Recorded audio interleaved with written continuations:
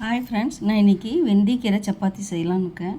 அதுக்கு நான் 2 கப் கோதுமை மாவு எடுத்திருக்கேன். ஒரு சிறிய கட்டு வெந்தயக்கீரை பொடியை அந்த மாதிரி கட் பண்ணியிருக்கேன். கொத்தமல்லி. இப்போது இதில் சால்ட்டு போட்டுக்கலாம்.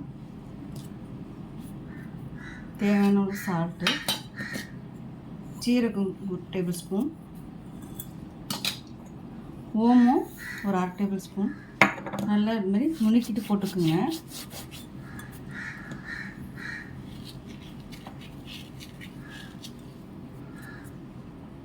கொஞ்சம் போல் மஞ்சத்தூள், பெருங்காயம் கொஞ்சம்,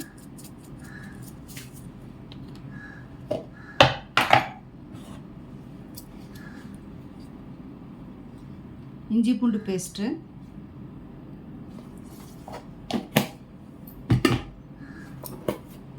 வெறும் மிளகாத்தூள் 1 டேபிள் ஸ்பூன், கரம் மசாலா,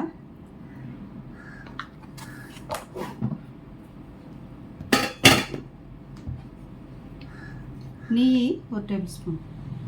உங்கள்கிட்ட நெய் இருந்தால் போட்டுக்கோங்க, இல்லைன்னா வேண்டாம். முதல்ல இது பண்ணிக்கலாம். அதுக்கப்புறம் வெந்தயக்கீரை, கொத்தமல்லி. உங்களுக்கு மிளகாத்தூள் வேணும்னா நீங்கள் பச்சை மிளகாய், இஞ்சி நெய்ஸாக குறப்பாக அரைச்சிட்டு கூட நீங்கள் சேர்த்துக்கலாம். இது ரொம்ப உடம்புக்கு ஹெல்த்தி, குளிர்ச்சியானது. ட்ரை பண்ணி பாருங்கள். இதுக்கு நான் தால் தான் செஞ்சுருக்கேன். நான் தால் ஏற்கனவே போட்டிருக்கேன், நீங்கள் பாருங்கள். இதுக்கு சூட்டபுளாக தயிர் பச்சடி இல்லைன்னா தால், இது 2 தான் நல்லாயிருக்கும். ட்ரை பண்ணி பாருங்கள், எப்படி இருக்குன்ட்டு எனக்கு சொல்லுங்கள். இதெல்லாம் மிக்ஸ் பண்ணியாச்சு. இப்போது தண்ணி கொஞ்சமாக ஊற்றி பிசைஞ்சிக்கலாம். கொஞ்சம் கொஞ்சமாக தண்ணி ஊற்றி பிசைஞ்சிக்கலாம்.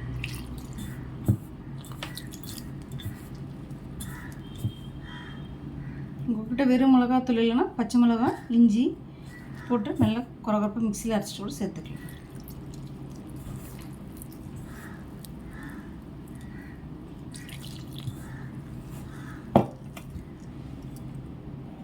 பாருங்கள் ஃப்ரெண்ட்ஸ், பிசைஞ்சிட்டேன். இப்போ எண்ணெய் தடவி வச்சுருக்கேன். ஒரு 1/2 hour போல் இது ஊறிடுச்சுட்டு நம்ம சப்பாத்தி பண்ணி காட்டுறேன்.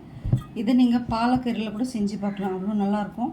நான் இன்றைக்கி வெந்தயக்கீரை வச்சு பண்ணியிருக்கேன். கிடைக்கிறப்போ இந்த மாதிரி செஞ்சு கொடுங்க, குழந்தைங்களுக்கு விரும்பி சாப்பிடுவாங்க. அது கூட இந்த மாதிரி சைட் டிஷ் 2 தான் நல்லாயிருக்கும். ட்ரை பண்ணி பாருங்கள், எப்படி இருக்குன்ட்டு எனக்கு சொல்லுங்கள். நான் இது செஞ்சுட்டு உங்களுக்கு காட்டுறேன். இது அரை மணி நேரம் ஊறட்டும். பாருங்கள் ஃப்ரெண்ட்ஸ், மாவு நல்லா பிசைஞ்சு ஊற வச்சுட்டேன். அரை மணி நேரம் கொடுத்து நல்லா ஊறிச்சு. இப்போ நான் இதுமாதிரி உருண்டை பண்ணி எடுத்து வச்சுருக்கேன்.